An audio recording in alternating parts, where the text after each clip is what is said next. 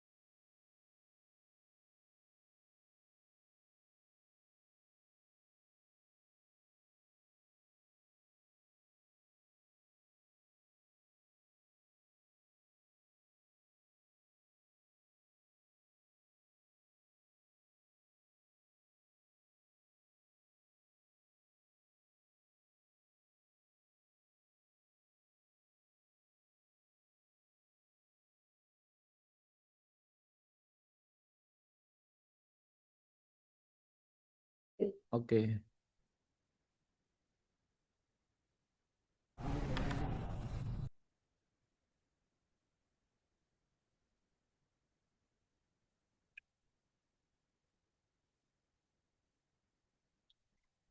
Okay, good afternoon, everyone.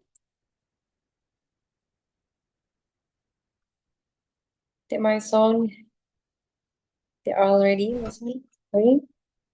Ready? Ready? Iya, iya. Okay. Okay. Good afternoon, everyone, and a very warm welcome to all our distinguished guests, speakers, and participants joining us virtually today. I hope everyone is doing well and having a great start to the day. And since we are meeting virtually, let me just take a moment to make sure that everyone is comfortably settled in whether you are joining us from the office, from home, or perhaps somewhere in between. I hope you have your coffee ready because we are about to have a conversation that will take us from data to cities to the people who make those cities come alive. My name is Exile Trusella, and it's my pleasure working urban insight, leveraging big data to understand community needs. Before we begin, just a few brief housekeeping notes. We kindly ask all participants to keep their microphone mute throughout the session. And if you have any question, please submit them through the Q&A or chat feature on Zoom. We will have a dedicated audience and Q&A session later. So please feel free to send your question throughout the discussion. Now, when we talk about big data, we often ask how much data do we have? But perhaps the more important question is how well do we understand the people behind the data? Because data can tell us where people move, what service they use, how cities grow, and how urban environments change. But can data also help us to understand what people actually need, why they behave the way they do, and who might still be missing from the picture? That is what we are going to explore together today, everyone. This sub forum focus on the use big data to understand community behavior, needs, and urban challenge through approaches such as urban analytics and citizen behavior analysis.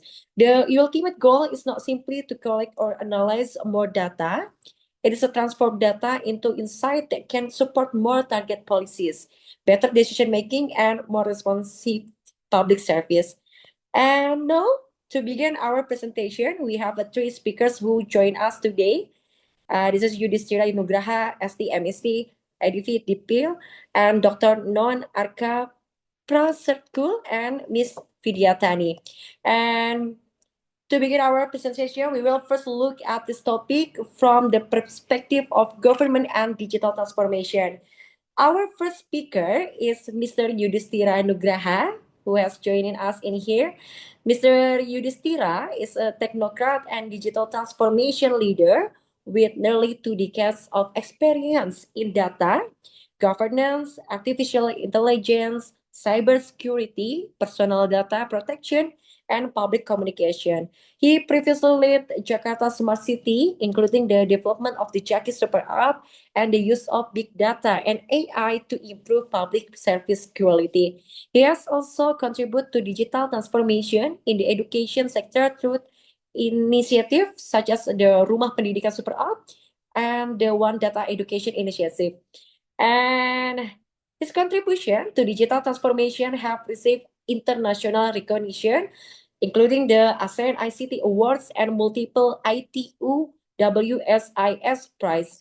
Mr. Yudhistira, who has joined us in today. Hello, Mr. Yudhistira.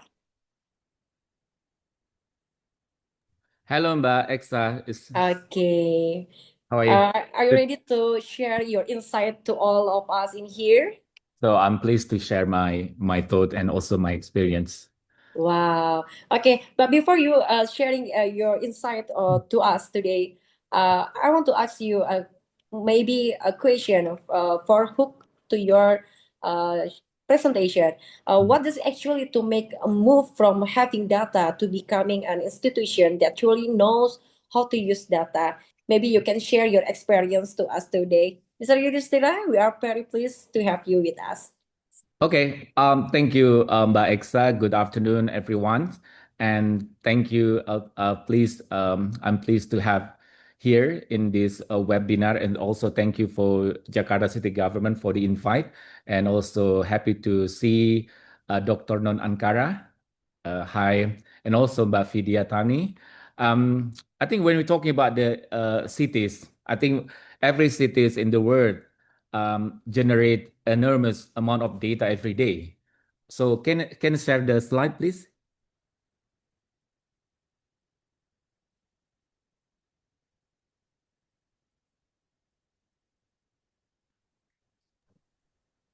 Yeah. Yeah. We were still waiting for your slide. So it's all right. I think every city we generate an enormous amount of data, even ourselves, from wake up to go to work. Everyone generate amounts of the data from mobility, for example, and also using the public services. Or in Jakarta, we have Jaki, so to make a complaint, and also transaction using many digital platforms, sensor, or any other digital interaction. So I think by Exa and also Dr. Non Ankara and Vidya, I think this is a very important when we talk about a smart city. What is smart city actually? It depends on who you ask. So, but having more data does not automatically make a city smarter. So regarding your question by Exa, so smart city is not about we have more data, because in Indonesia we have many data. So we're collecting many data without knowing what the purpose of the collecting the data. So I think I would like to share my experience working for the government, almost more than 20 years experience.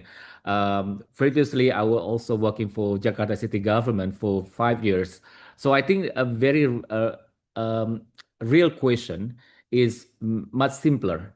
Can data actually can this data help the government understand people better? So this is something that when we talk about smart cities, doesn't it's not about the technology, it's about how we can make a better decision and also make our citizen happy. So today, there's slide, not slide. Okay, it's all right. Um, Today, I would like to share one of ideas. I think it's regarding the topic that we have today. So the value of the big data. So the value of the big data is not in the data itself. So I think the value come when we turn data into the understanding. I went to the MIT Sloan School of Management, learning about the U theory, about the sensing, understanding, acting, open mind, open heart, open will, or something like that. So when you talk about the value come when you're talking about the data, turning the data into understanding, and also understanding into decision, and also the decision into better outcome for the citizen. So this is the approach, the outcome. So it's not about the data, how we convert data into understanding, understanding into decision, and also decision into better outcome for citizen. So this is something that I'm going to talk today. So this slide is coming, not yet. I will make sure for that. Otherwise, I can share my slide. I'm sorry. I don't know. I will share screen. Okay, we're just waiting for facilitator, Mr. Yudhistira, Okay, to share cool. your slide. Yeah.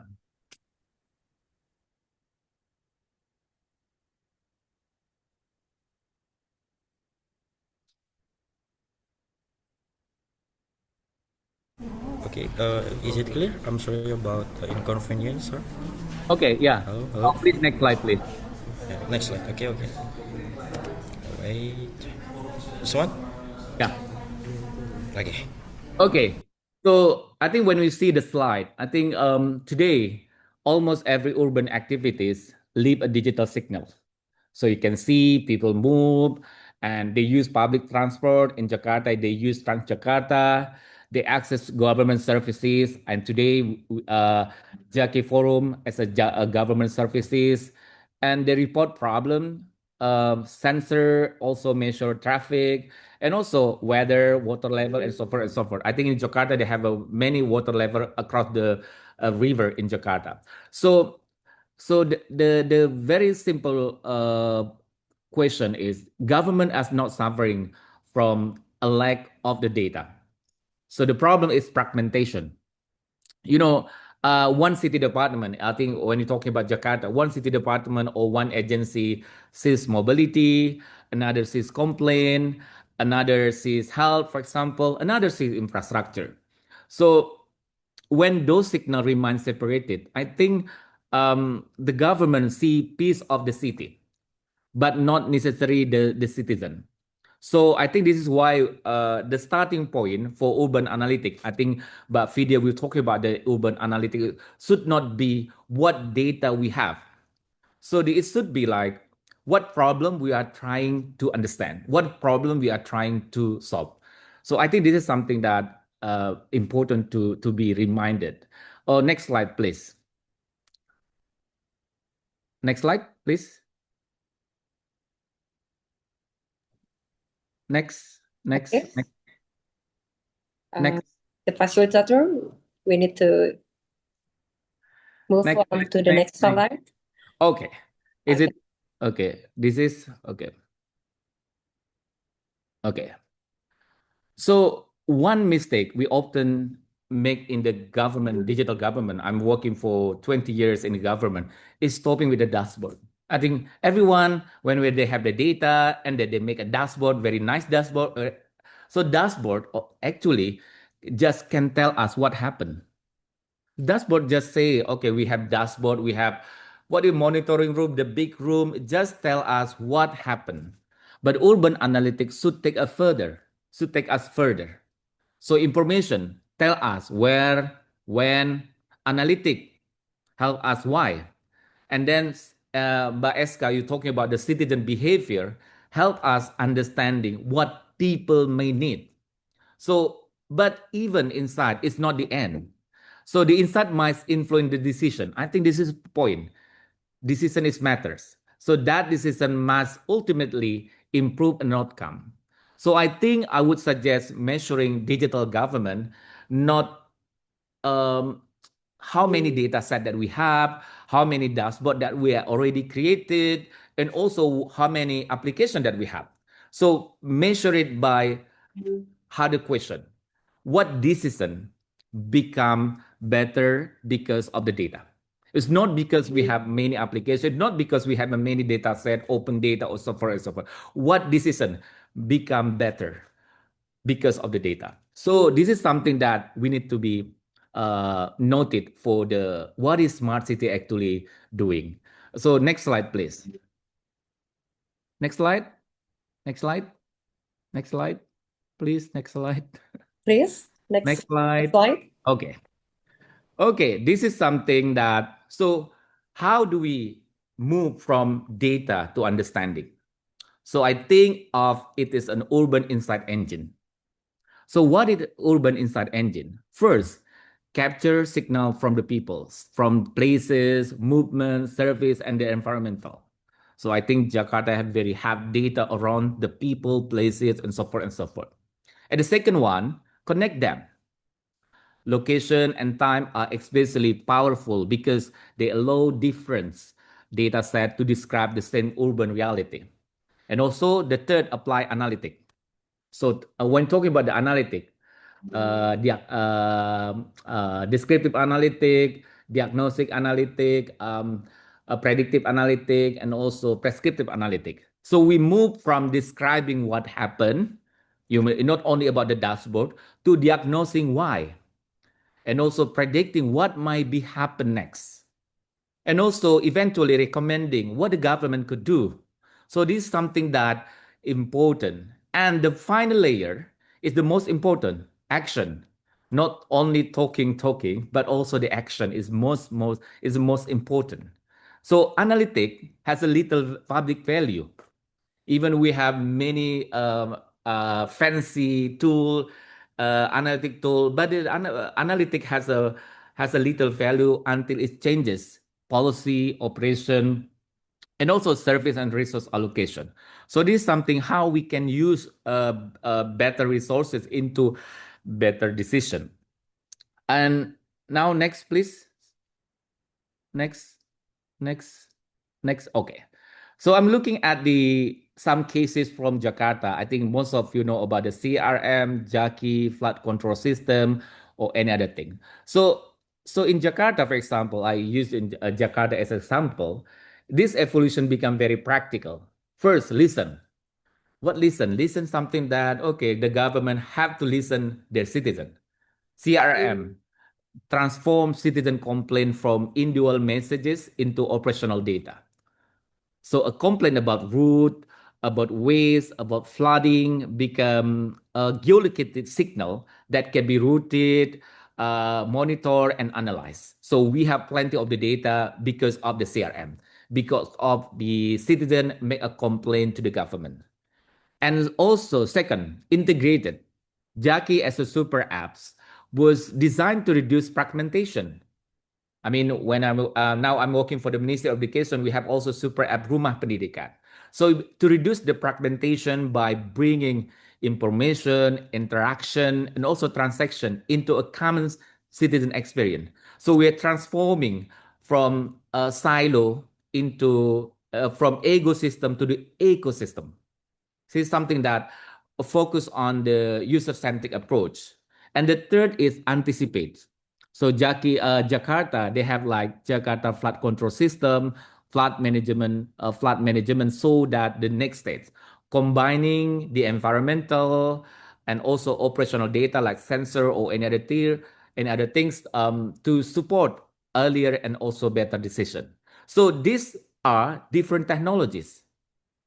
This is a CRM, they have the different technology. Jaki, they have the different technology. Flood control system, they have also different technology, but the same philosophy. What is the same philosophy? Use the data to understand the problem, then organize government around solving the problem. So this is my experience. So we also train many young students how to solve the problem using the data. So understand the problem. This is about the critical thinking and any other thing in our Ministry of Education. We also make a deep learning to make it our student have very criticized thinking to see the problem and something like that. And also, next slide, please. Next slide, please. Yeah. So citizens are sensor, but also human. I think citizen behavior analytics can be extremely powerful, but we need to be clear about this purpose.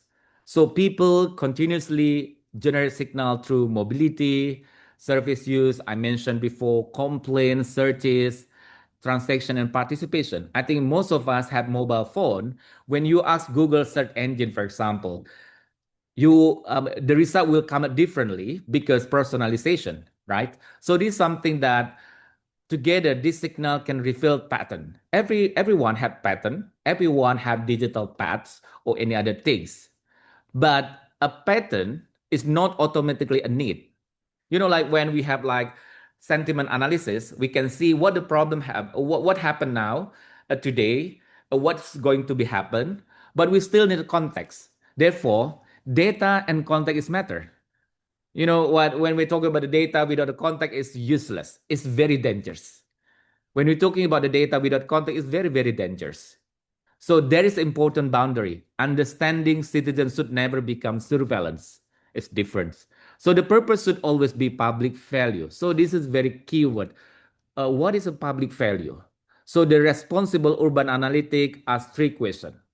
I think Mbak Vidya will talk about this is country. What are people doing? Why might they be doing it? And what could government do better? So this is something that distinction is essential for maintaining public trust. So this is something that I think Jakarta have done a better job to make it a public trust to every public service that they have right now. Okay, next slide, please. Next. Okay, technology is the easiest part. I think this is something people when back 5 or 10 years ago when we talking about what is smart city, I think most people talking about the technology. I think one of the biggest lesson from my experience working in the government that technology is often the easiest part. I think during the pandemic, we use like Zoom right now, but the difficult part is the institutional organization itself. First, this is matter, leadership. What is leadership? Digital leadership. Digital leaders should have willingness to change, willingness to collaborate, and digital leadership need to be understand why and how. So someone must keep the organization focused on the problem rather than technology. And also governance, simple governance in Indonesia tata kelola. So who own the data? So every now, I think today we have still problem with the data. Who own the data? Who is accountable for that decision? So we have amount of data, but the data is fragmented, not integrated. So governance is very important. And also third, interoperability. So we have API or something like that. But system must be able to work together. Therefore, Jackie Cummins to integrate all the public services, the integrated API service around a different agency, something like that. And also the fourth, trust. This is very important. Citizen must believe that data is being used responsibly. I think thanks to the Undang-Undang PDP in Indonesia, we have to be really careful when we processing personal data, for example. And the fifth, collaboration. This is collaboration. I think Jakarta is already make use of the term collaboration. Government cannot understand the complexity alone. In our Ministry of Education, education is not only government is not only responsible for the education, but we have like universal participation to work together. So I think underneath all five is a talent. This is very important. I think right now Indonesia have the Peruri as the GovTech. Our minister also working with the best talent in Indonesia. I think in Jakarta you have Jakarta Smart City to have a talent because without the people who connect technology, for example, policy, citizen need, even sophisticated platform create very little value. And next slide, please. I think most of people talking about AI. What is AI actually? So, talking about the next frontier is not simply more AI. So, what AI? AI, we have a three-component AI, power computing, algorithm, and also the data. So, it is a different model of the government actually. Most government are reactive. from my experience. Something happened, someone reported, and government respond. This is common one. It's very business as usual. But integrated real-time data makes government more responsive. So this is why we are proposed to make every government to be smarter, to be smart city, to be digital government, because real data make government more responsive. And also predictive analytics allow us to ask what might be happen next. And eventually AI, talking about the smart city digital twin simulation, can also help government more become proactive, intervening before a problem become a crisis. So this is something that we should not automate government judgment blindly. I think the future should combine machine learning, for example, with the human judgment. Well, because when talking about AI, okay, we don't need a human, but human judgment is still important. Responsible AI or also public trust. So the goal is not automatic government. The goal is augmented government. So this is something that very important. Next slide, please. Next slide. Yeah. This is something my thought from my experience. So if there is 5 things I would take from this experience. So one, do not start with the data. Start with the citizen. So do not start with the technology. Start with the problem. So do not create another silo. Integrated. Therefore, like transforming from the ego system to the ecosystem. So do not make a decision only from the assumption, subjective matters, but when evidence is available. More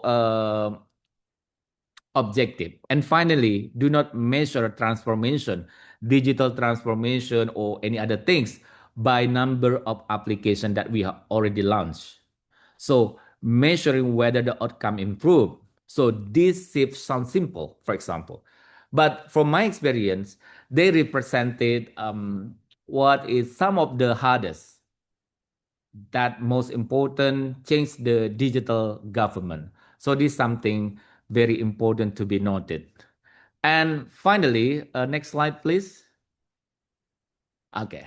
No. Before. Yeah. So I think I would like to leave you with one thought. When talking about smart city, what is smarter city? So the smarter city is not the city with the most sensors. Jakarta, they have many sensors.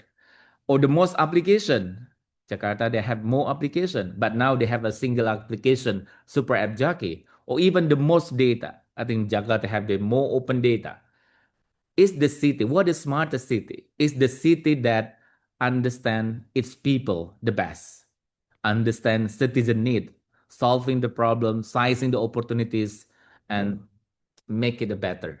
So urban analytic, a big data, for example, big data give us the signal. Urban analytic give us the insight, but leadership, policy, and also human judgment turn those insights into better life. That ultimately what is make a city smart. That's it from my thoughts and also my experience. Thank you, Mbak Aksa. I give you back to Mbak Aksa. Thank you. Thank you very much, Mr. Yudhistira. I very agree with you how to make the data can understanding to everyone, especially for government, so they can have a good decision making to connect data and several analytics based collected data on a different technology that we have a lot of technology, sensor and anything. And the goals is collaboration to make the technology and data can make a good decision. Very agree with you, Mr. Yudhistira. And now let us take the conversation from government data to the city itself.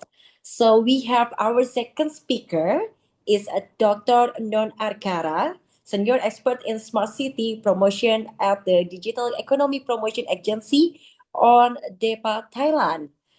Dr. Non is an urban planning expert, academic, and smart city specialist with more than 20 years of experience in technological innovation and sustainable urban development.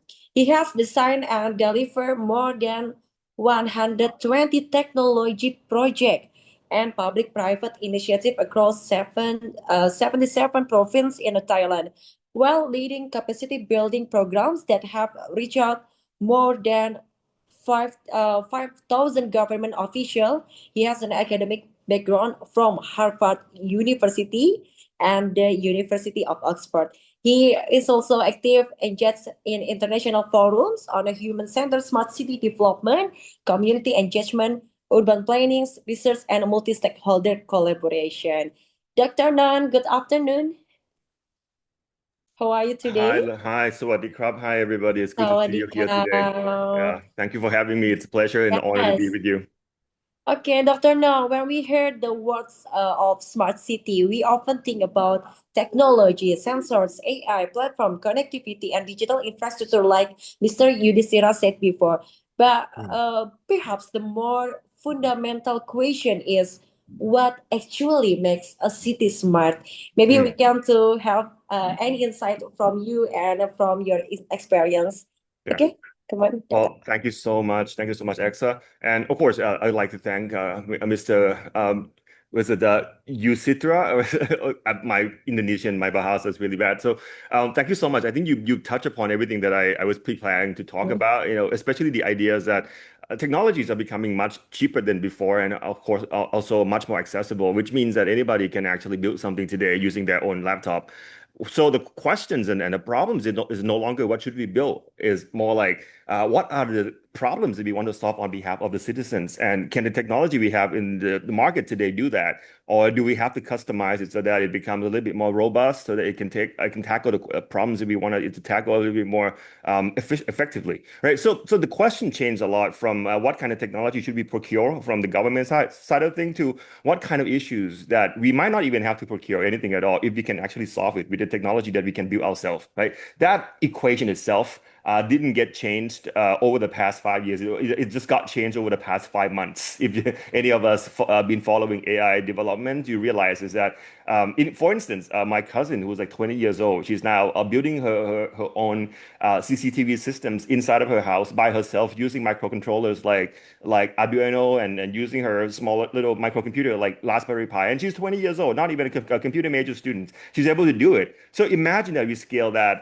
flexibilities of how we use IoT devices to the scale of the cities. You can actually now predict whether or not there's going to be traffic, so that you send the garbage trucks into the road during the time when there's no traffic, right? Because if you send a garbage truck into the road when there's traffic, people are going to complain about it. So in addition to just knowing what we are able to access in terms of resources, then we can actually plan, because data only are meaningful when it leads to good decisions. And some of the good decisions are something very simple, like how do we get garbage trucks to collect trash when during the time when the traffic isn't so bad, so that the garbage truck doesn't become a problem of the traffic as well. Or how do we prevent people from dying during flooding, not because we can prevent floods, we're not God, but maybe we can actually predict how many hours before the water will reach, so that the shelters and all the volunteers, people who are supporting the systems and processes of mitigating the problems or getting people evacuated, can do the job effectively, right? That kind of decision power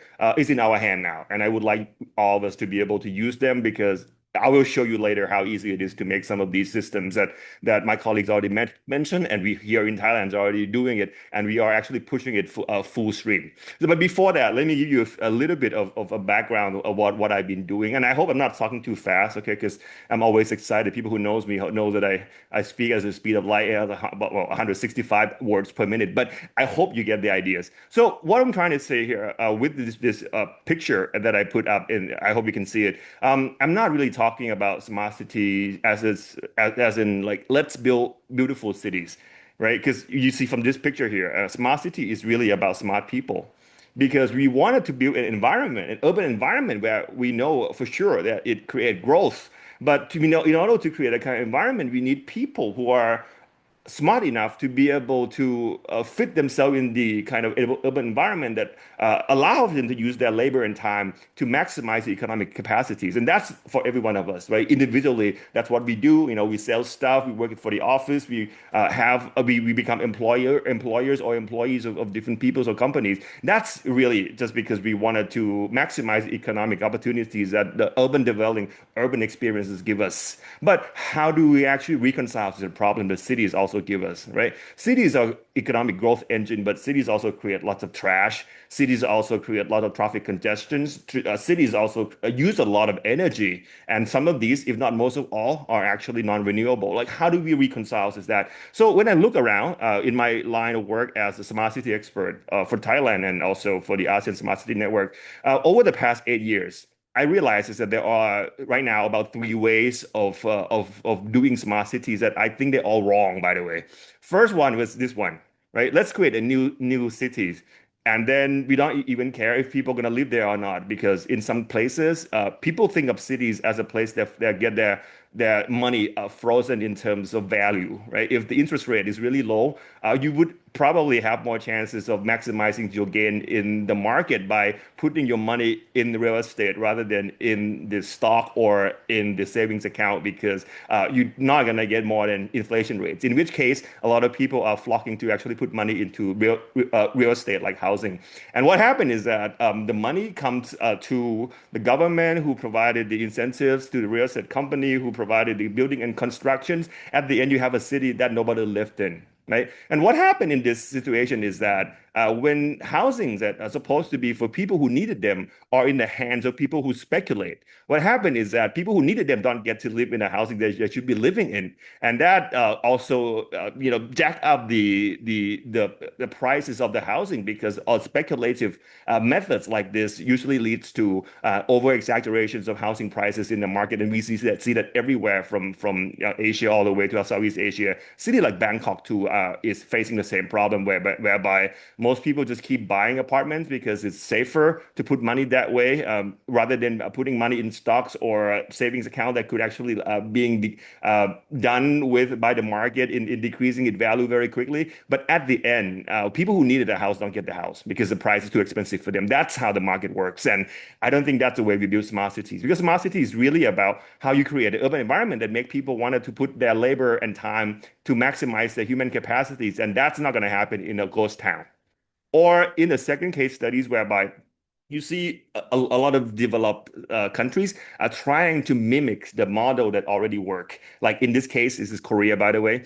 They mimicked the model of Manhattan in USA, right? They believe that you're maximizing the space vertically by increasing the height of the buildings and create a business districts, just like in downtown Manhattan is probably going to be a good model for Korea, because Korea is developed and it has a lot of economic structures that are tied in very closely with the service economy, especially in this case, banking and finance. But, right? It would be so easy if you can just take a plan from one city and put it to another place and then it works, right? No, it never works like that. Now, in the history of urban planning, we realize is that the only cities that works in terms of planning are the one that were planned based on the demand rather than planned based on the political ideology.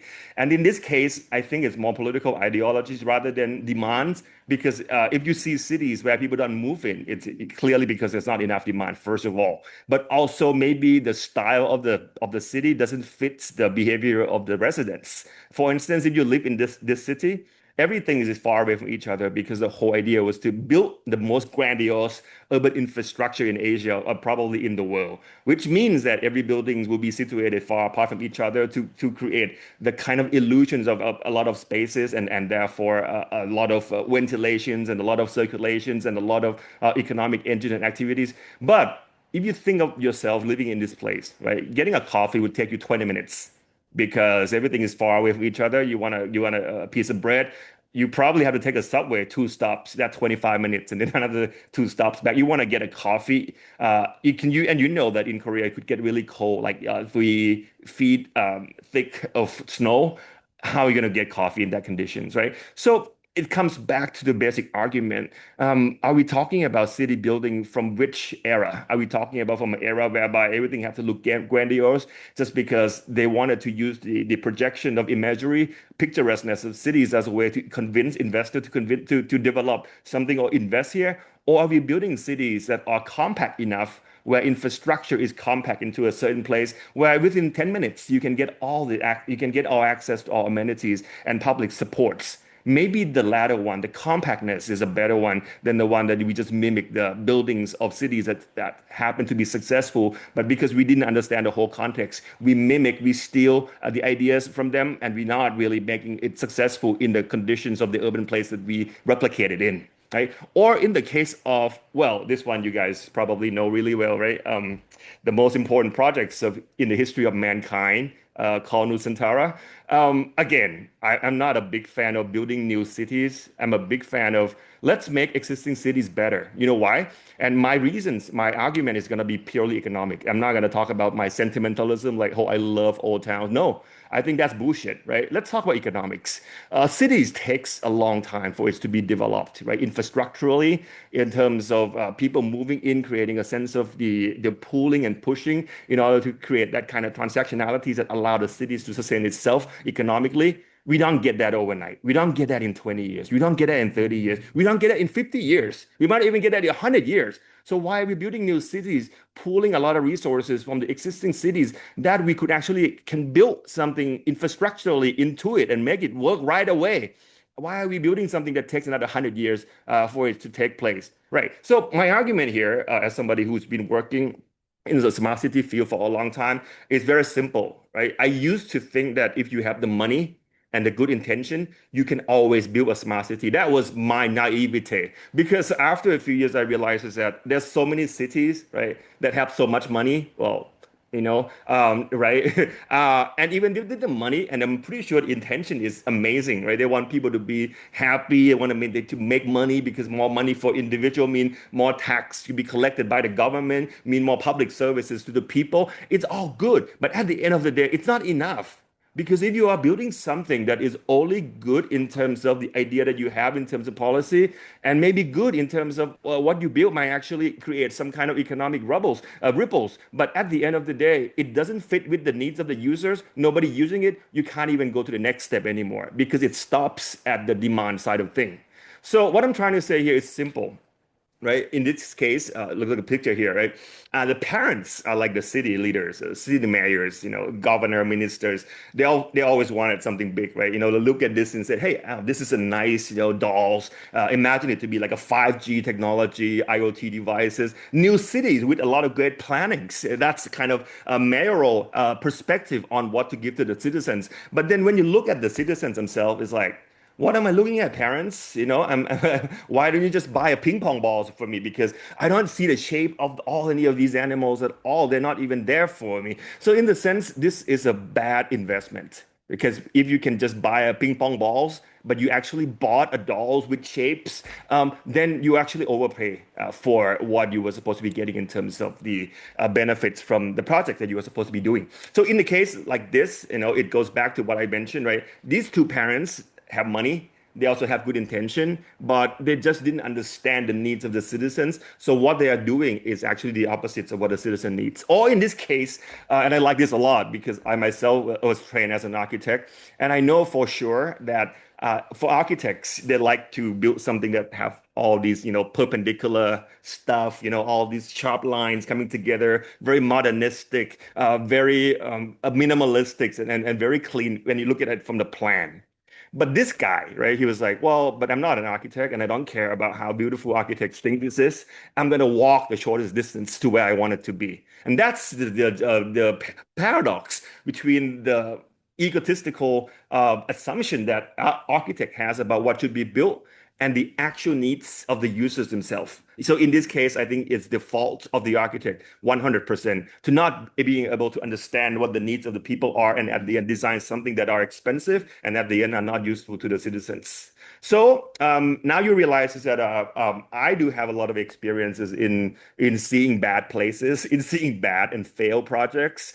And I do have some experiences in doing good projects, which I will show you, for the time limit that I have here. But before that, let me give you the technique that I use. This is something that I've been distilling over the course of 8 years working for the government. I call it the 4 Ps.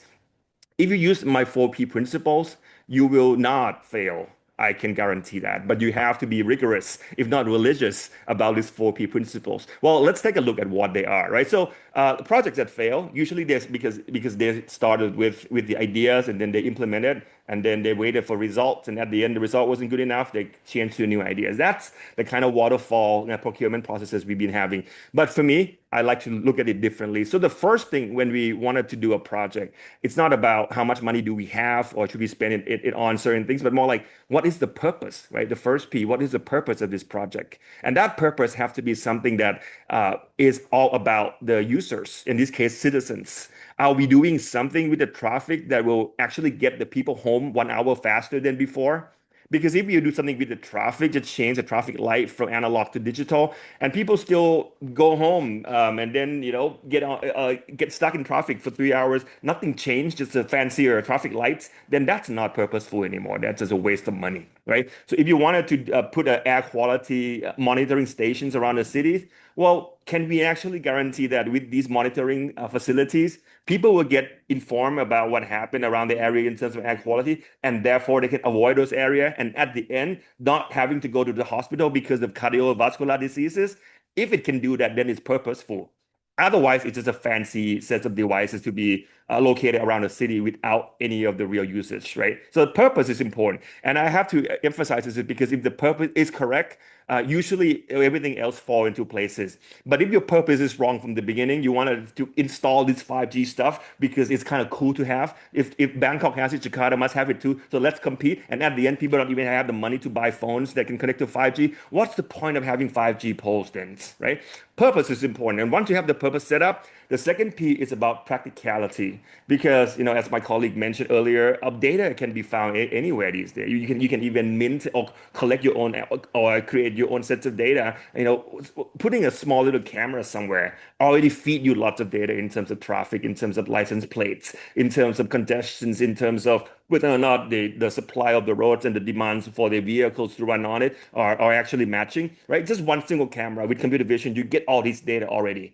But the point here is not about which data we should be getting and using them. The point is more like what data should we have, which means that maybe you already have that data. It's already open to public by some agencies. You don't even have to collect new things to create your systems. Why don't you open your APIs and then let them open theirs, and then you can connect and then you can use the data right away, right? Practicality means that we don't have unlimited resources. We always have limited resources, which means we have to think about the best way of getting from where you are to where you want to be without breaking the bank, because you know the constraints that you are dealing with. And most of the time, I can tell you, I'll show you some system later on that you don't even have to spend a lot of money on data. You can get them easily, if not almost free, right? Well, we'll talk about the techniques in a bit. And the third P is about proof, right? Proof means that if you have an idea, rather than, let's do it, maybe like, hey, let's do a pilot. Let's see whether or not the project for 10 million people, let's try with 10 people first, right? If the 10 people don't like it, don't try with 10 million people. It's going to fail absolutely. So let's try with 10 people, and once you try with 10 people, you're going to find a lot of problems right away. So maybe you maximize it for maybe 100 people with your current systems. And if it works, then maybe you scale it up to like 1,000 people. At the end, you get services for 10 million people. But without proof, you're definitely going to fail, because there's so many unknowns when you are building systems like this, right? So if you have the good purpose, you have good practicality in your thinking, you prove before you do it, usually you don't fail already, right? But the last P is the one that actually seal everything together. It's about people. What I'm trying to say here is not that people are supposed to be at the core of our argument. Well, that's a given. What I'm trying to say here is that people are not driven by instructions. People are driven by incentives. So whatever you wanted to do, make sure there's incentive in your system. Like, hey, you want people to download the app? They're not going to download the app because it's not enough incentives. They're not going to trust you because you are the government and the government says so you have to do.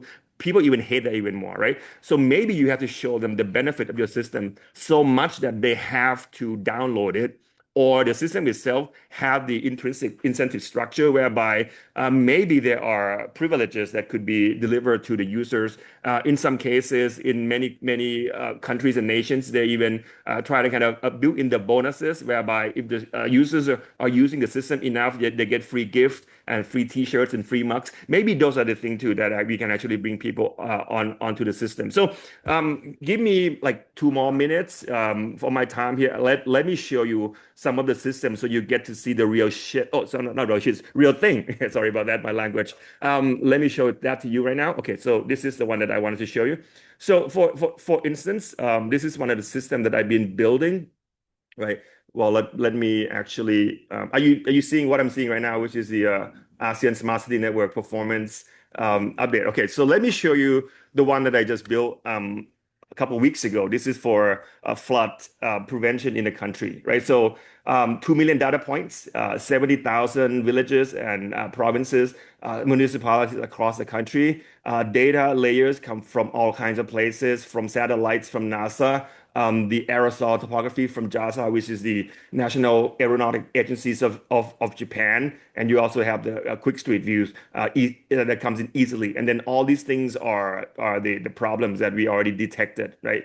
Based on what's happened in that particular area. So what I was doing here was not to invent new ways of doing a dashboard. In fact, as my colleague said, dashboard doesn't mean much if it doesn't lead to good decisions. But what we did here was to actually ask our irrigation departments to open their APIs to us, to me, right? Because they have lots of data. In fact, they have about 7,000 sensors around the country, and all these sensors are actually working. Right, they are good sensors. They have good locations, and they're actually working really well. It shows you exactly how much water are in each area, and whether or not each of these are overflowing in terms of capacities, especially for reservoirs that probably needs to be able to have their waterways clear in order to get more water into places so that it wouldn't flood the city. Right. So we have different data sets, right? We have this, you can see the kind of low pressure so that it can help us predict whether or not the amount of rainfall will increase tomorrow or not, which means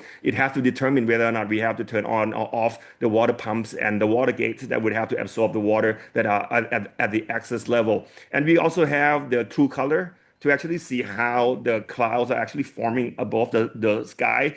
And all these are advanced methodological research that we have been doing over the past few years. But at the end, when we built this, we want it to be as easy as possible for the users. So when you come into this system, of course, the Thai languages that you can use, but there are also many other languages as well that you can actually click at. And then what you see here is that you see different kinds of layer. You can toggle on and off a layer. You can even type the name of your province in there. And once you type the name of your province in there, it will show up here and will allow you to actually see these systems as it's especially designed for your vicinity or your municipalities. Like for instance, it become a dashboard for this particular municipality, that this particular municipality can have this screen on 24/7, and then people get notified when things happening or they have to prepare for whatever going to happen, right? So what I wanted to say here is that this system doesn't cost me a lot of money. It costs me some money, but not a lot, because I use AI to actually put them together.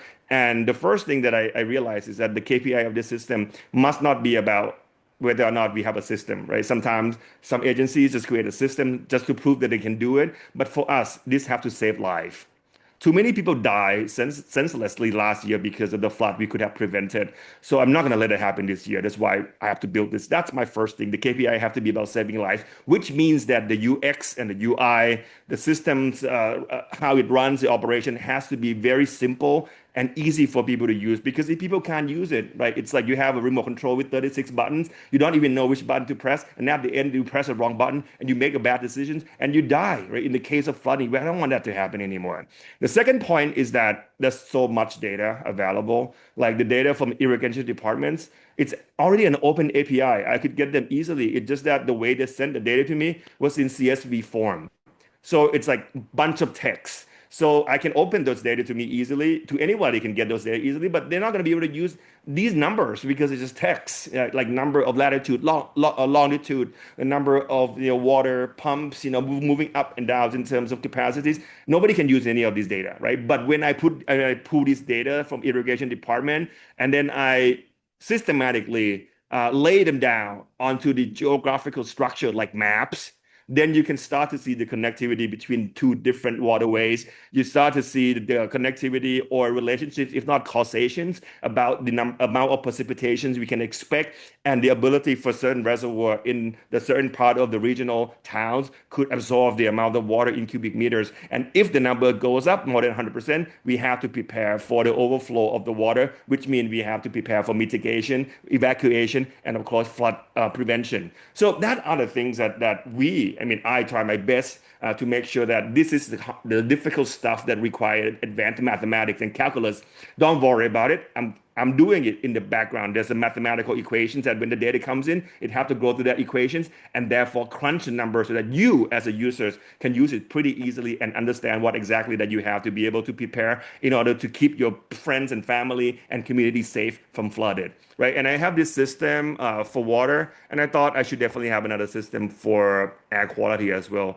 And once I built one system for water, and I transform it into another system for air, it was just like 20 minutes now, right? Because I already built the base work, the base map, the base structure for a geographical cartography, and the rain radar, and the Himawari low pressures map, and the cloud map, and the NASA and the JAXA satellites images. I already have everything. So for me to turn that into this only take me 25 minutes in terms of coding time. And I just wanted to tell you that these things are quite easy. Let me show you one more before I pass on the torch. Maybe, But okay, Dr. Nun, yeah. it's so really interesting, but maybe we have 3 minutes more Yeah, to I just need one more yes. minute. So this one, Okay. you are taking Yes, 15 go seconds from ahead. me, okay? This one is another good project. So in a sense that we were supposed to create a digital twin for city, and as you know, digital twin could cost $1 million, $2 million US easily. But I built this with $0 because all I did, just like the flood system I showed you earlier, I have the maps, I have the satellite maps. I have the height of the buildings. I know exactly which building needs which in terms of their capacities and needs from the user, and then I can lay the structure of the whole campus onto the system, and then you can actually see how it is like in terms of how it's laid out. And I can create this for another city and another city and another city, like replicating it very easily. And now I have about 25 systems for each of the cities that are using it as a God mode way of looking at how they can make better decision by better predictions. So I'll leave you I'll leave you here. Just you get the sense of what I've been doing and what I've been trying to do even more, and whether or not there is something that we can have conversations in terms of what might be the next steps, and maybe collaboration between us, not just me doing it here in Thailand, but maybe colleagues from other countries in ASEAN. Maybe we don't have to reinvent the wheel every time we wanted something new. Maybe we can work together in order to collaborate and improve our work. Thank you. Thank you, Dr. Non. It's so really interesting that we know your platform to know about the floods area, and we know that you are still that strategy to make smart city with the 4Ps, 4P, sorry, for 4P, and it's so really interesting to us. And we will move to next speaker. But before that, Mr. Dr. Non spilled strategy to us. It's about the 4Ps. It's a purpose, practical, proof, and people. That's the things we can do to make a smart city. Also about your new website, data center for flood dashboard. That it's not waste so much money. Yeah. And we will move to the third speaker. It's a Miss Vidya Tani as a community architect and urban researcher at the Rujak Center for Urban Studies. Vidya has around 10 years of experience in climate change adaptation, community-based housing, and spatial justice. She currently serves as a program manager at the Rujak Center for Urban Study, where she leads urban research initiative and facilitates participatory planning with grassroots communities. She has been involved in various urban planning and development projects, including the construction of Kampung Aquarium and settlement improvement initiative. She also works closely with government institutions, civil society organizations, and international organizations to develop inclusive, equitable, and climate resilient policy solution. Today, she will present leveraging data to understand community needs with a focus on RCUS, urban mobility, revitalization, and densification project. Ms. Vidya, stage is yours.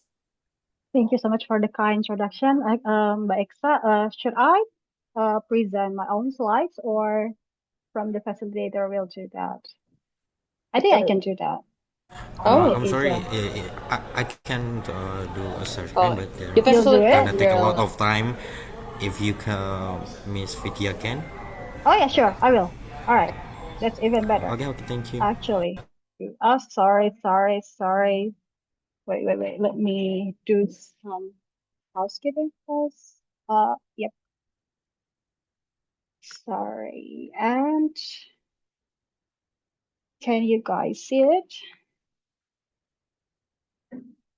Oh yeah. And a few slideshows, a bit rusty here and there.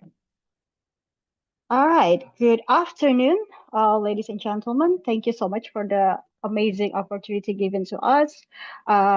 So my name is Vidya Tani. I am from Reject Center for Urban Studies. As you see, my background is actually I used to be an architect, but since working in Reject, I switched a little bit to urban design and also environmental concerns in urban settings.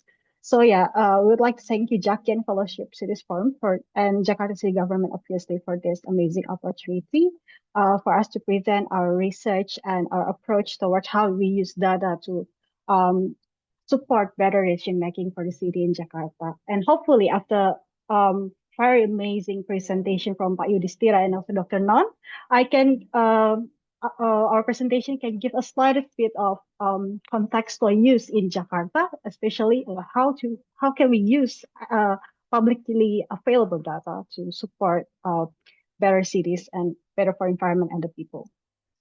A slightest bit about Rujak. We actually founded in 2010. We call ourselves a think tank. Our vision is actually to support city transition towards a better system and ecological era. And our approach is actually this stress our value. We value diversity and equity and multi-method and interdisciplinary and inclusive. And it is actually why our name is Rujak. As you know, Rujak is actually a fruit platter. I'm sure you have it in Thailand as well, Dr. Nan.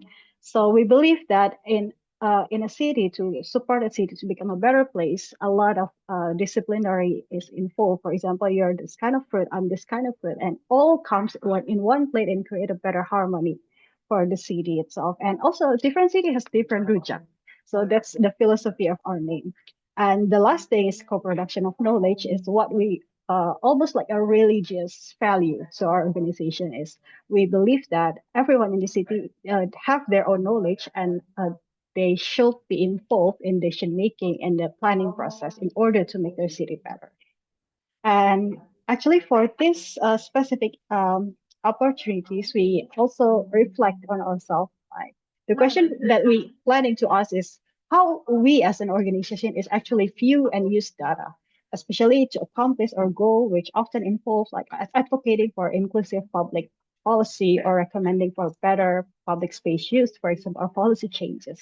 And I know this is a limited opportunities and also limited times, but I'd like to share the examples of how we execute this, execute our approach through several projects that we already execute. The first one is in 2022, we have the opportunity to assist Transjakarta. Transjakarta is actually a city-owned state enterprise that runs the BRT system across Jakarta.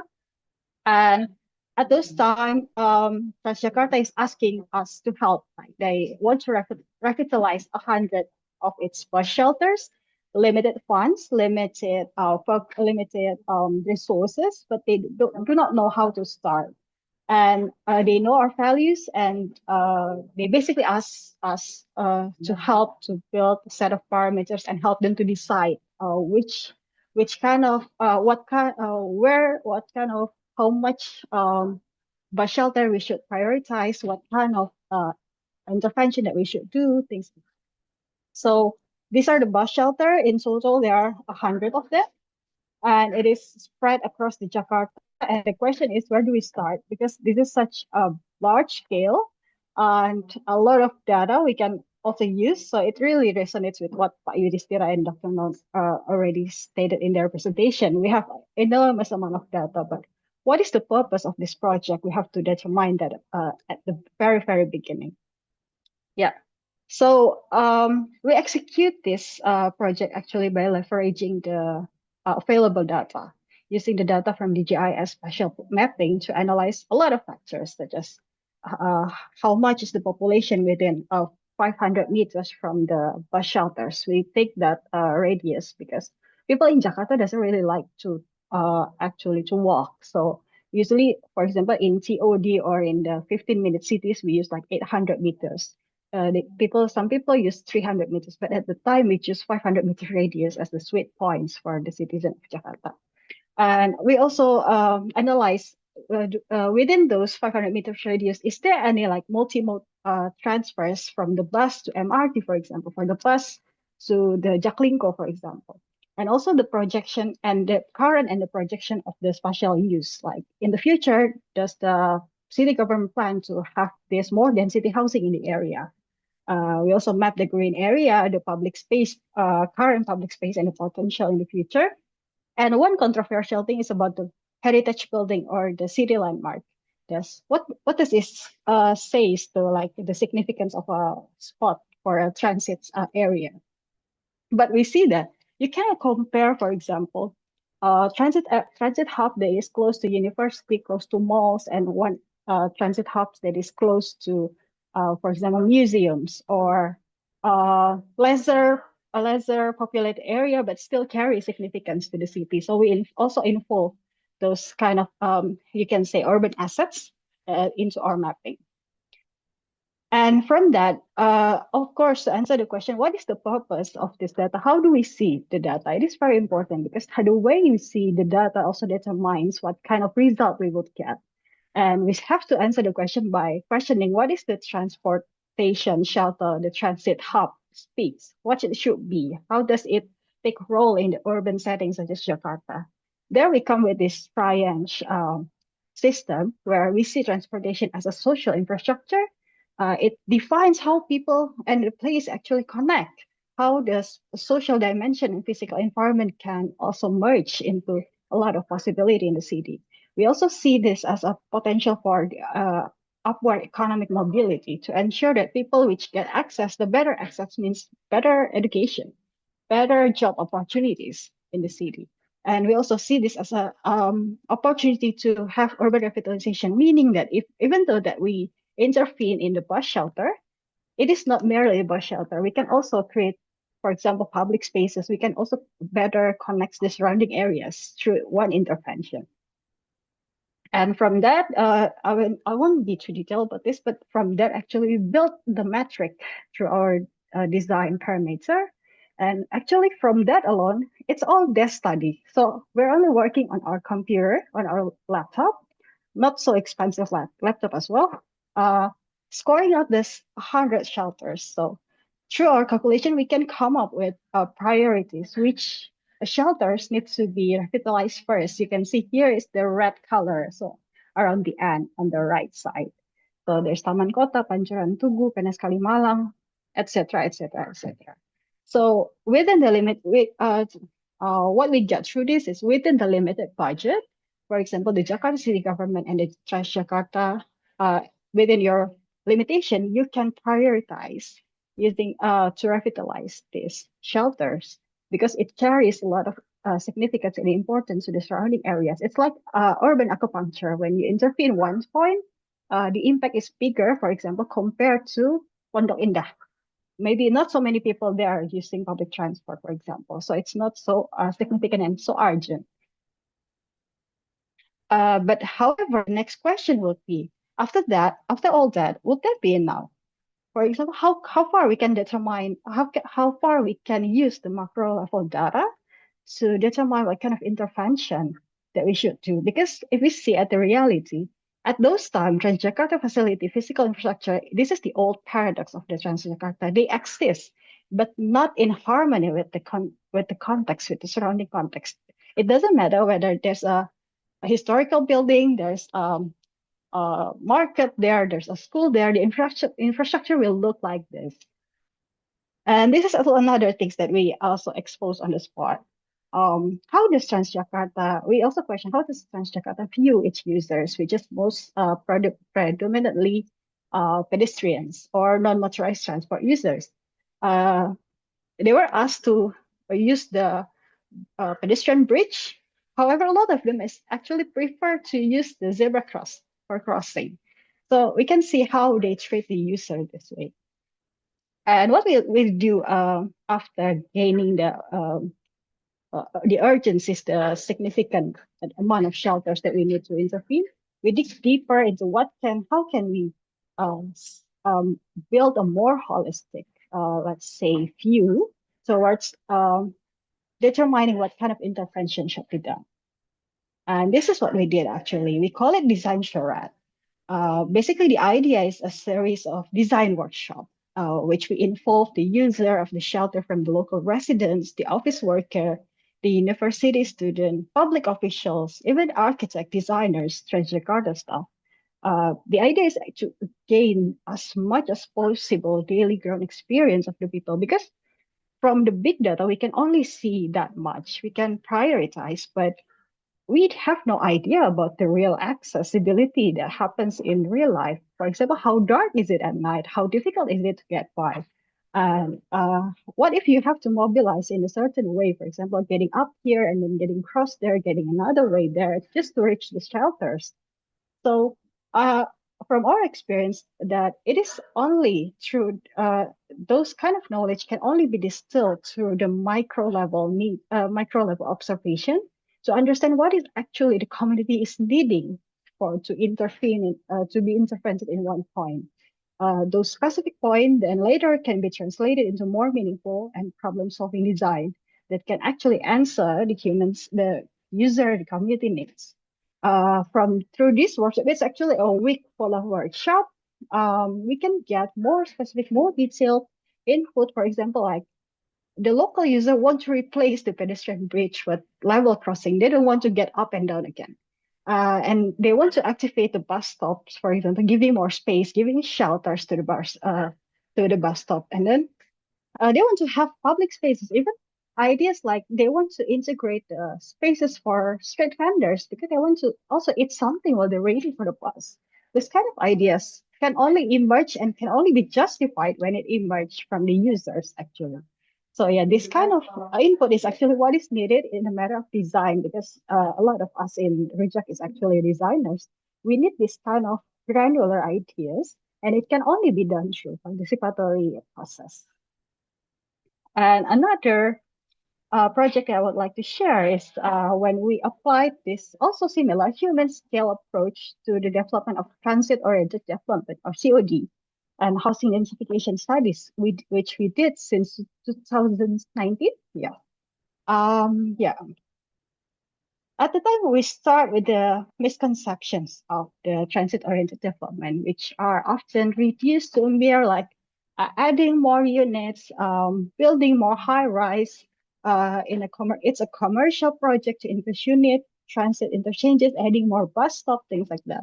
However, it often resulted in gentrification, uncontrolled land prices, or even evictions of the local residents. That's what we don't want. So we try to develop the inclusive COD concept for Jakarta.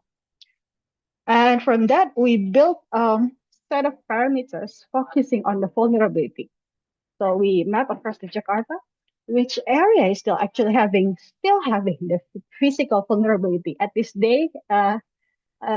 At this day, still, for example, having limited access to clean water, not proper drainage, for example. And how about social vulnerability? How many of them still have social problems? In which areas?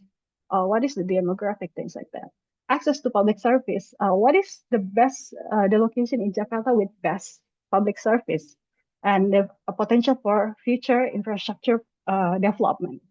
What is the aim, actually, if we come to the purpose of building these parameters? To be frank, we can put it like we don't want to build a TOD in the wrong place, which will result in, for example, affecting the local people. Because there's a tendency, I think it happens everywhere. The easiest place to build is when the land is available, for example. But where the land is available, it is not suitable in terms of social justice, in terms of the justice of access, for example, things like that. So we cannot only put one consideration into our decision making, and hopefully through this set of parameters, we can build more just development system, which can bring some recommendations, which areas in Jakarta that can be densified and properly densified. Yeah. Yeah, so from that, we actually get the result, the list of area that are actually mature enough and strategic to be implemented for the next TOD. We call it Urban Community Resilient Assessment. So from those 4 categories above, and a lot of other categories below that, we have the area with the highest score, for example, Duku Atas, Cikoko, Rawabuaya, Bukit Duri, Penggilingan. Those are the area with dark green spots that we think are suitable to be densified, compared to if you just choose another place with available land, cheaper land, but it is located with nothing, not so appropriate urban system that supports them. It will only add like more pressure to the existing system, which is sometimes not so reliable already, and it's just bring negative impact to the community. So yeah, we think that it is important to, when we see development as a strengthening for the urban capacity, and also the community stability and environmental carrying capacity.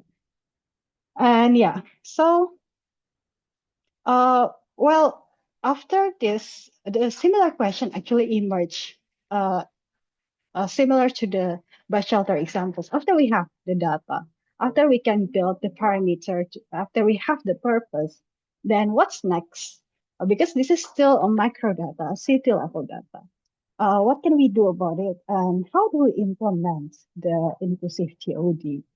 So, even though the area is categorized as a major area from our previous parameter, but it still has challenge, right? For example, we can look into this area, Cawang Cikoko. Cawang Cikoko is actually a very prime area. It's located in the city. It is located in the city center. However, it is not so dense. Like most of the areas actually landed housing and only like 1 story, 2 stories. So it's a prime candidate for TOD site, but it has never come through and in a just manner. And even for this specific suitable area, there's still a lot of challenge that still needs to be answered. For example, they have like inner city highway. I think people that often mobilize near Cawang Cikoko knows that there's a tol dalam kota, inner city highway that cross in the middle of it, and also that it's still not accessible for our disability friends and women with children, pregnant women, etc. And they have connectivity crisis as well, and also it is very difficult to move from one public transport mode to another public transport mode. Also, land ownership, fragmentation, etc., etc. And actually, as a continuation of this study, we also plan to have another co-design workshop. We call it also a design charrette, quite similar to the bus shelter case. There, we hope to involve the local community, disability group, designers, urban planner, university. The idea is to concretize how to implement the inclusive TOD in the Cawang Cikoko area. I know that TOD is a very highly, we can say, complex matter compared to, for example, accessibility issues in bus shelter case, in Transjakarta case.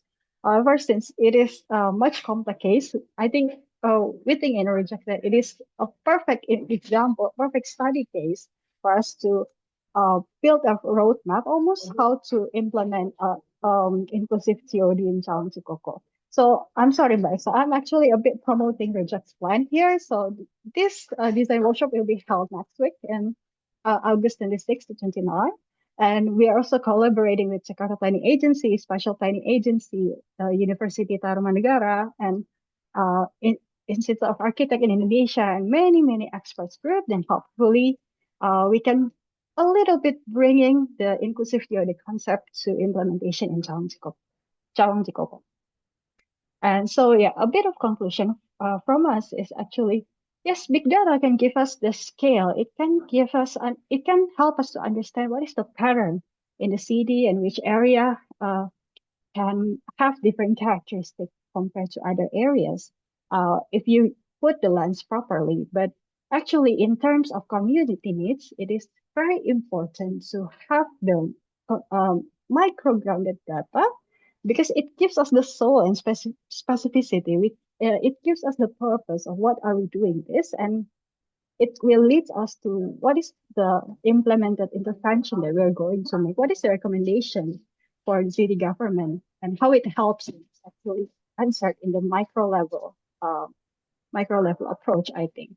So yeah, if we really want to understand the citizen needs, I think it is very crucial to pair the macro analysis with the big data, with human scale realities through participatory methods. I think that's all for me, Maitza. Thank you so much for the opportunity. Thank you very much, Ms. Vidya. It's so really interesting to us. And if we connect the three presentation we have heard today, we can see an interesting journey from the data to analysis to insight to policy to impact. And so let us now bring these three perspectives together in our panel discussion. But before we move to Mr. Yudhistira and Dr. Non, maybe I would ask one question to Miss Vidya, because we know that Miss Vidya would leave us because she have another occasion. Okay, you said that Very big sorry for data that. give the scale, but Vidya, what are the things that data often fails to capture when we try to understand a community? Yeah. So from I'm trying to be relate to my experience because like a lot of my experience is actually coming from like housing or mobility or urban design, urban planning case. So I see a lot of cases where when we relied on the macro data, we call it an eagle eye actually, because you see the city through an eye of an eagle, meaning that, for example, you see like one plot of land as a spot, as a plot of land. But if you go to that plot on the spot, it's actually, for example, a place of informal activity. It's a place that carries values and networks that we cannot see through the maps alone. So sometimes it also happened during the COVID pandemic because we also work, we try to, I think, propose the how you how you call it, like the supervision system during the COVID pandemic era. We cannot see like usually in the large scale we decrease the human existence into like one single a datum, right? For example, and actually from the human is doing something in the plot of land. The human is actually like doing business, socializing, etc., etc. In early of our cases in Rujak, for example, we are highly advocating for just spatial planning because at those time, the spatial planning is not considering what happens on the ground. So you can see that you have a house right here in your land, but it is not captured in the spatial planning. So they don't see you. They don't think your access. And that's, I think, what is the most crucial part of crisscrossing between the big data and also what is the reality on the ground. Or else, yeah, your I'm sorry to say this, but your recommendation won't be that relevant and even harmful to the people that actually on the ground. Okay. Maybe that's what I can answer. Thank you, Ms. Vidya. And I know about the Eagle A, so we can to see more sharp about everything. And now I want to move to Mr. Yudhistira. I think Mr. Yudhistira want to share more insight to us in here. But I would ask you about what difference an institution that simply has a lot of data from one that is genuinely data driven, and perhaps more importantly, how can we make sure that data inside do not simply remain in a dashboard and report, but actually become a decision that improve people's lives, like you said before, to good decision. Okay. Thank you, Mbak Exa, for that question. So I think you're talking about the data-driven city or data-driven technology or something like that. So I think interestingly, the biggest barrier are often not technical, like to be honest. As you mentioned, that they are more institutional. It's more institutional. So from my experience, so I think I already mentioned in my presentation. One is about leadership. I think this is Yes. third. And leadership is, I mean, like I've been working for the many government agency from the Ministry of Kominfo, Jakarta City Government, Ministry of Education. I think leadership is really matters to push like data-driven policy, data-driven evidence, or something like that. And the second one is about governance. So the governance is not about the regulation itself. It's not about the we have document. The governance is more about the it's a governance. It's about the culture itself. So how do who responsible with, and also when talking about the smart city or any other thing about share responsibilities, because in the government context we have to see we have the function. So this is our function, but we don't have share responsibilities. So we need to look forward about the share responsibilities about the governance. And the third about the interoperability. I think this is also matters as well.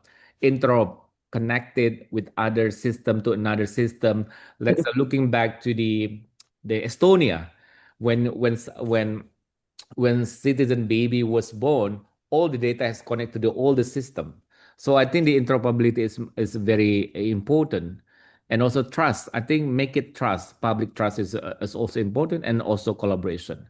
So and on top of that, I think on top of that, when talking about the data-driven city or any other things, digital talents. From my experience, is digital talent is one of the biggest asset that we need to create it in the organization, because from my understanding, different agency, different city department have different system, data, or any other things.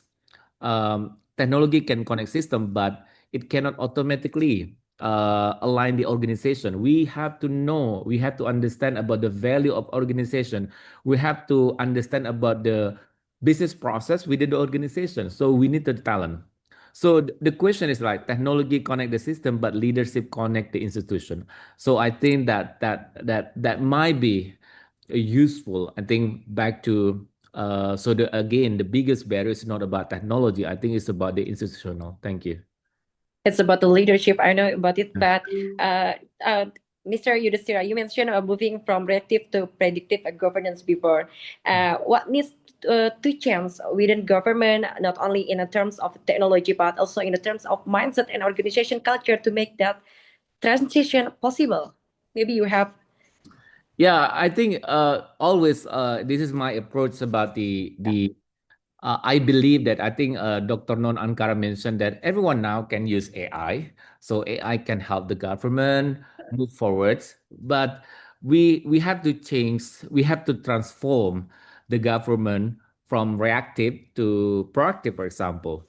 Reactive, responsive, predictive, and proactive. So I think currently reactive government respond after something happened. You know, when something happens, let's say, for example, when citizen report the problem, and then the government come to solve the problem. But real-time data make government more responsive.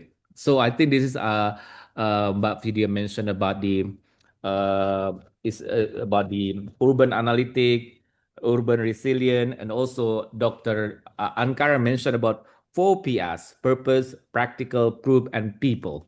So I think we need to have more what is it the culture, predictive analytics help us anticipate what might be happen. It's not about the what assumption that we have. So AI combined with technologies and also and other thing can eventually help the government intervene earlier and also simulate policy option before acting. So this is something about technology should remain human-centered. There is some human in the loop. I think Dr. Ankara is also mentioned. Smart city is not about technology. Smart city is about the people. So we have to put the people in the core in the system. So therefore, we call the human in the loop. So that's the thing that the combination is more powerful than AI alone. That's Mbak Eksa. Thank you, Mr. Yudhistira, and we will move on to Dr. Non Arkara. Doctor, are you still with us in here? I want to ask you, Mr. Yudhistira, and you highlighted about the people as one of the 4 Ps, your strategy. How do we make sure that technology and data are not driving the solution, but are actually responding to what people need? And maybe you can sharing with us from your experience across Thailand, what is one lesson you believe Indonesia city could adopt to make better use of data and resources they already have without necessarily increasing the cost? Right. Okay. Well, thank you so much for the questions. Well, first of all, let me give you confessions. Actually, I was hired to work for the Thai government about 8 years ago to just do policy because I got my PhD from Harvard, and it was a PhD on public policy related stuff. So I thought I had a dream job, basically, right? I can just sit in my corner office and write policy all day long for the next 40 years of my life and determine how Thailand's gonna grow and make sure that people are going to be happy with it. But then, after 3 years of writing policy in my corner office, I just started to realize that nothing actually happened. Like, I have so many policies that I crafted so amazingly, well, because I try my best to make sure that the policies that came out of my work, my pens are the best. But it's not really useful because I was writing it in my office, right? I didn't get to understand what people on the ground needs.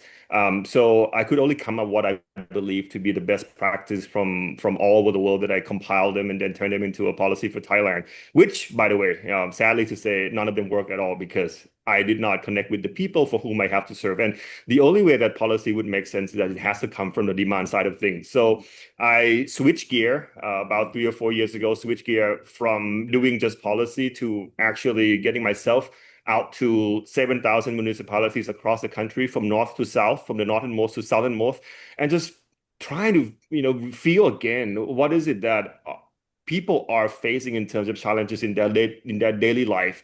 Is it congestion because of the traffic, which also has to do with the air quality because internal combustion engines are the sources of cardiovascular diseases? Or is it about flooding? Because every time the city floods, we're not talking about casualties. We're talking about investment that is no longer going to be there because nobody want to build a factory in a city that floods every year, right? So I started to collect all these pain points from cities that I happen to visit, and I can say maybe about 3 or 4 thousand now across Thailand. And I collect all these very meticulously because I only want to do one thing: to solve problems.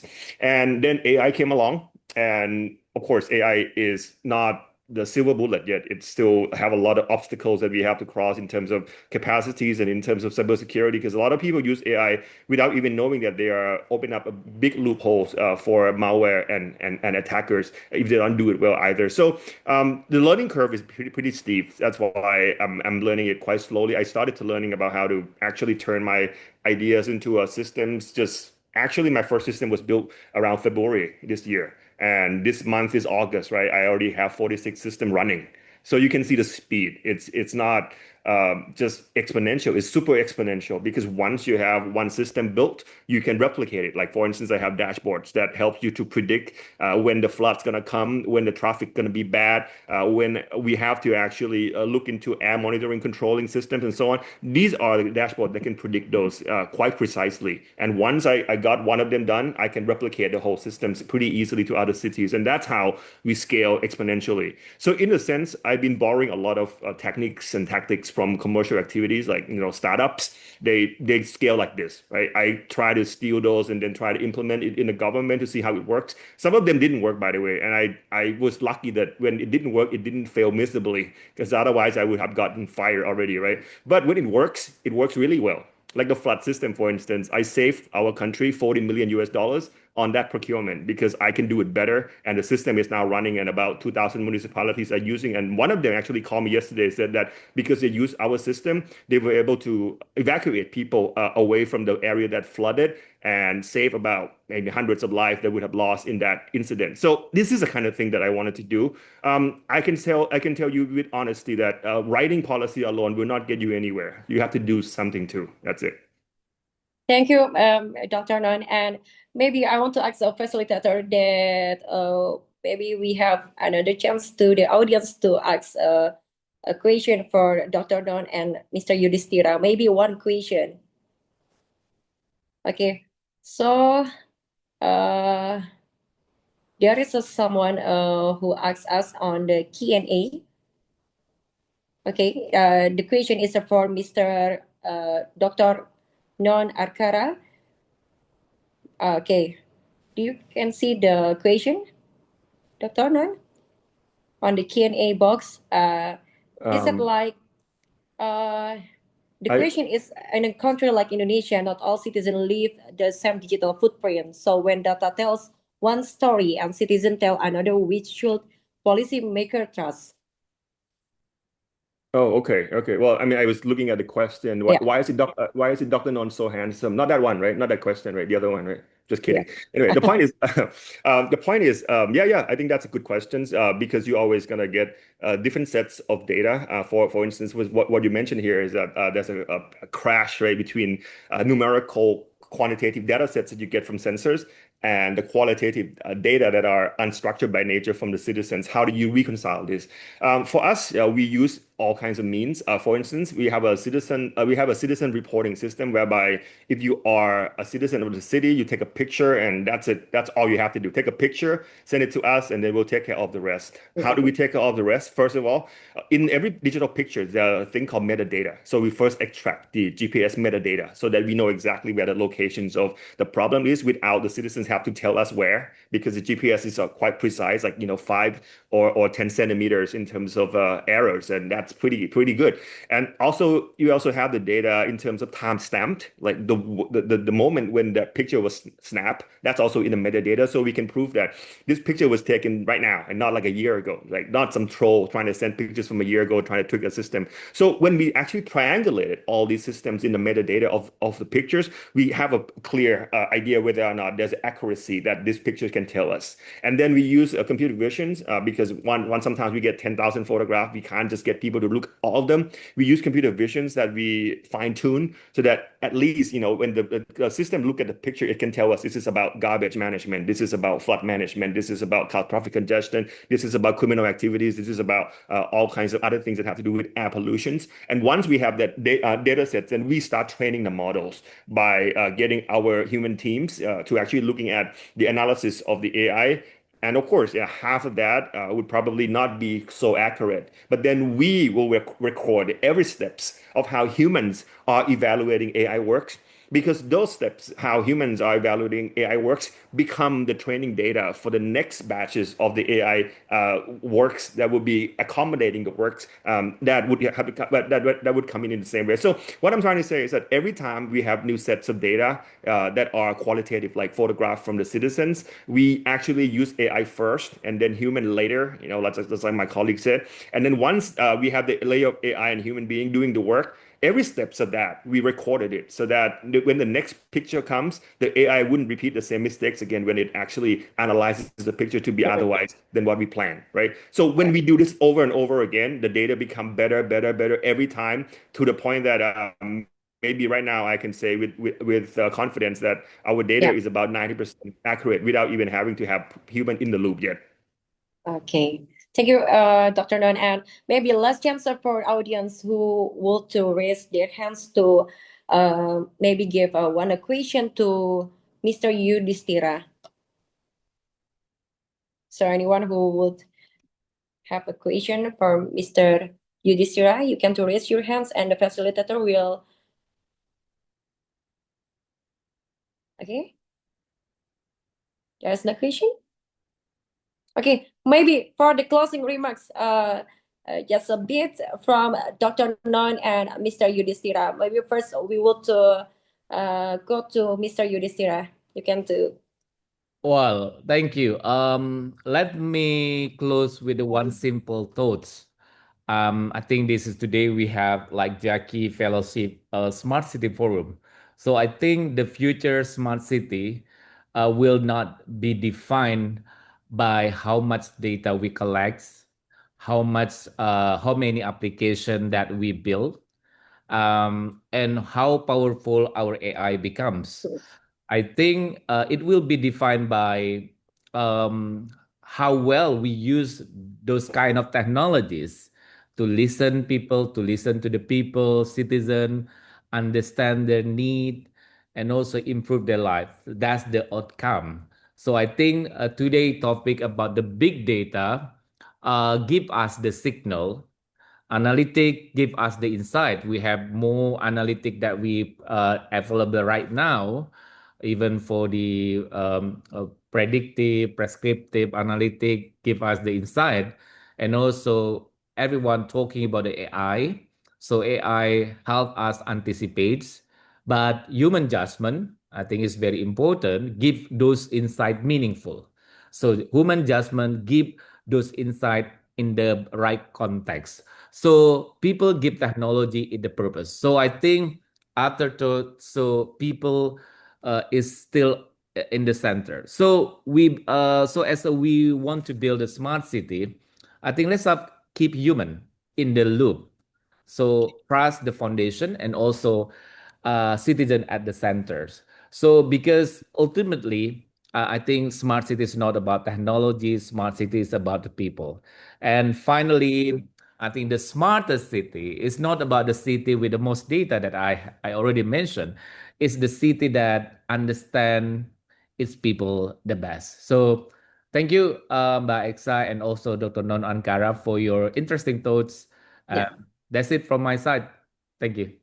Okay, thank you, Mr. Yudhistira. And now, Dr. Nana, maybe Yeah. just short Sure. close remarks. Yeah, I agree with Yudhistira a lot. I think he's very right. The point that we have so much data, we just have to know how to de-silolize them so that they can show us some more insights. And there's only four things that are obstacles in smart city, right? Affordability, bureaucracy, capacities, and design, right? So identify in your cities what are the problems you're facing, and then fix them. It's either going to be about affordability, bureaucracy, capacity, or design. Never beyond this. Thank you. Okay, so that's all, everyone in here. So if I come to wrap up the forum today, that's the big data is not the end, but the analytic and anything else that we need to make a smart city. But how well do we understand the people behind the data? And once again, I want to say thank you very much to Mr. Yudhistira Nugraha, Dr. Non Arkara, and Ms. Vidyatani for sharing your valuable insight with us today. And thank you to all participants for joining us. And I'm so sorry because we are running out of the time. I'm Exayola Tersela, your moderator. Let us not simply build smart cities. Let us build cities that listen, understand, and respond to their people. Thank you very much and have a wonderful day. Bye-bye. Thank you, Mbak Eksa. Thank you, Thank you. Dr. Nanaka. See you again. Bye.